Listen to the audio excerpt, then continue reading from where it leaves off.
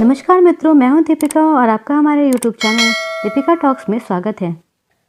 खाटू श्याम को भगवान श्री कृष्ण के कलयुग अवतार के रूप में जाना जाता है। ऐसा कहे जाने के पीछे एक पौराणिक कथा है। राजस्थान के सीकर जिले में इनका भव्य मंदिर स्थित है, जहां हर साल बड़ी संख्या में श्रद्धालु आते हैं। लोगों का विश्वास है कि बाबा श्याम सभी की मुरादें पूरी करते हैं। सच्चे दिल से नाम के उच्चारण मात्र से ही उद्धार होता है। सभी मनोकामनाएं पूर्ण और सभी कार्य सफल होते हैं। वो रंग को भी राजा बना सकते हैं। श्री श्याम बाबा की अपूर्व कहानी मध्यकालीन महाभारत से आरंभ होती है।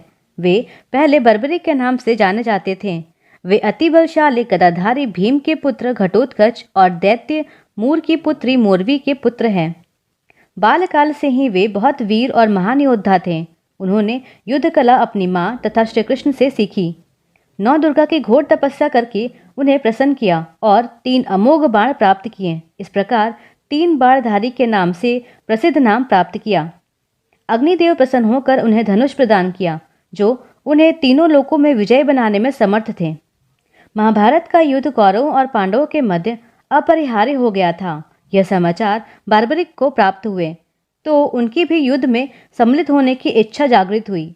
जब वे अपनी मां से आशीर्वाद प्राप्त करने पहुंचे, तब मां को हारे हुए पक्ष का साथ देने का वचन दिया। वे अपने नीले रंग के घोड़े पर सवार होकर 3 बाण और धनुष के साथ कुरुक्षेत्र की रणभूमि की ओर चल पड़े।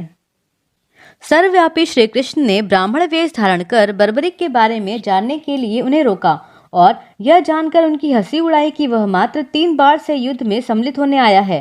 ऐसा सुनकर बर्बरिक ने उत्तर दिया कि मात्र 1 बार सेना को परास्त करने के लिए पर्याप्त है और ऐसा करने के बाद बाण वापस तुरड़ में ही आएगा। यदि तीनों बाणों को प्रयोग में लिया गया तो पूरे ब्रह्मांड का विनाश हो जाएगा। यह जानकर भगवान श्री कृष्ण ने उन्हें चुनौती दी कि इस वृक्ष के सभी पत्तों को भेद कर दिखाओ। वे दोनों पीपल के वृक्ष के नीचे खड़े थे। बर्बरिक ने चुनौती स्वीकार की और अपने तुड़ीर से एक बाण निकाला और ईश्वर को स्मरण कर बाण पेड़ के पत्तों की ओर चलाया। बाण ने क्षण भर में पेड़ के सभी पत्तों को भेद दिया और श्री कृष्ण के पैर के इर्द गिर्द चक्कर लगाने लगा, क्योंकि एक पत्ता उन्होंने अपने पैर के नीचे छुपा लिया था। बर्बरिक ने कहा कि आप अपने पैरों को हटा लीजिए ब्राह्मण देवता, अन्यथा ये बाण आपके पैर को भेद देगा। तत्पश्चात श्री कृष्ण ने बालक बर्बरिक से पूछा कि वह युद्ध में किस ओर से सम्मिलित होगा। बर्बरिक ने अपनी मां को दिए वचन को दोहराया और कहा कि जो पक्ष निर्बल और हार रहा होगा उसी को अपना साथ देगा। श्री कृष्ण जानते थे कि युद्ध में हार तो कौरव की ही निश्चित है और इस कारण अगर बर्बरिक ने उनका साथ दिया तो परिणाम गलत पक्ष में चला जाएगा। अतः ब्राह्मण रूपी श्री कृष्ण ने वीर बर्बरिक की प्रशंसा की और कहा कि तुम बहुत वीर हो, क्या इतने दानी भी हो? बर्बरिक ने कहा, जो योद्धा दानी नहीं वह योद्धा भी नहीं। आप दान मांगकर भी देख लीजिए ब्राह्मण देवता, मैं आपको वचन देता हूँ। ब्राह्मण ने उनके शीश का दान मांगा। वीर बर्बरिक क्षण भर के लिए अचंभित हुए, परंतु अपने वचन से अडिग नहीं हो सकते थे।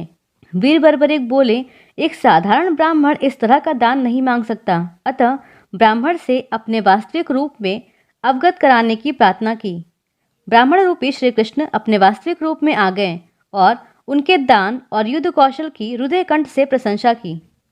रात भर भजन पूजन कर फाल्गुन शुक्ल द्वादशी को स्नान पूजा करके बर्बरिक ने अपने हाथ से अपना शीश श्री कृष्ण को दान कर दिया। शीश दान से पहले बर्बरिक ने श्री कृष्ण से युद्ध देखने की इच्छा जताई थी, इसलिए श्री कृष्ण ने बर्बरिक के कटे शीश को युद्ध अवलोकन के लिए एक ऊंचे स्थान पर स्थापित कर दिया। युद्ध में विजय श्री प्राप्त होने पर पांडव विजय का श्रेय लेने हेतु वाद विवाद कर रहे थे। तत्पश्चात श्री कृष्ण ने कहा कि इसका निर्णय बर्बरिक का शीश कर सकता है। बर्बरिक के शीश ने बताया कि युद्ध में श्री कृष्ण का सुदर्शन चल रहा था, जिसे कटे हुए वृक्ष की तरह योद्धा रणभूमि में गिर रहे थे। द्रौपदी महाकाली रूप में रक्तपान कर रही थी। श्री कृष्ण ने प्रसन्न होकर बर्बरिक के उस कटे सिर को वरदान दिया कि कलयुग में तुम मेरे श्याम नाम से पूजित होगे। तुम्हारे स्मरण मात्र से ही भक्तों का कल्याण होगा और धर्म, अर्थ, काम, मोक्ष की प्राप्ति होगी। स्वप्न दर्शनोपरांत बाबा श्याम खाटू धाम में स्थित श्याम कुंड से प्रकट हुए थे। तदंतर उस स्थान पर मंदिर का निर्माण किया गया और कार्तिक माह की एकादशी को शीश मंदिर में सुशोभित किया गया। जिसे बाबा श्याम के जन्मदिन के रूप में भी मनाया जाता है। मूल मंदिर 1027 ईस्वी में रूप सिंह चौहान और उनकी पत्नी नर्मदा कंवर द्वारा बनाया गया था। मारवाड़ के शासक ठाकुर के दीवान अभय सिंह ने ठाकुर के निर्देश पर 1720 ईस्वी में मंदिर का जीर्णोद्धार कराया था। तब से खाटू श्याम जी मंदिर में स्थित होकर अपने भक्तों की मनोकामनाएं पूर्ण कर रहे हैं। श्याम बाबा ने देश ही नहीं बल्कि विदेशों में भी बैठे लोगों के दिलों में अपनी जगह बनाई है।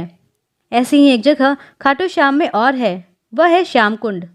मान्यता है कि यहाँ आकर इस कुंड में जो भी श्रद्धालु नहाता है उसके सारे पाप धुल जाते हैं। प्रत्येक वर्ष होली के दौरान खाटू श्याम जी का मेला लगता है। इस मेले में देश विदेश से भक्तजन बाबा खाटू श्याम जी के दर्शन के लिए आते हैं। इस मंदिर में भक्तों की गहरी आस्था है। बाबा श्याम, हारे का सहारा, लखदातार, खाटू श्याम जी, मोरवी नंदन, खाटू का नरेश और शीश का दानी, इन सभी नामों से खाटू श्याम को उनके भक्त पुकारते हैं।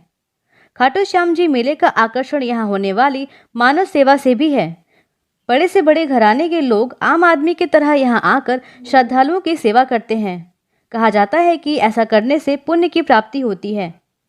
भक्तों की इस मंदिर में इतनी आस्था है कि वह अपने सुखों कष्टें भी उन्हें ही देते हैं। भक्त बताते हैं कि बाबा खाटू श्याम सभी की मुरादें पूरी करते हैं। खाटू धाम में आस लगाने वालों की झोली बाबा कभी खाली नहीं रखते। आगे हमारे साथ जुड़े रहने के लिए इस चैनल को सब्सक्राइब करके बेल आइकन को दबाना बिल्कुल न भूलें। और अगर आपको हमारे द्वारा दी गई जानकारी पसंद आई है तो लाइक और शेयर ज़रूर करें। साथ ही कमेंट करके हमें बताएं कि हमारा ये वीडियो आपको कैसा लगा। अंत तक बने रहने के लिए धन्यवाद। मिलते हैं नेक्स्ट वीडियो में, तब तक के लिए स्वस्थ रहिए और अपने परिवार के साथ रहिए।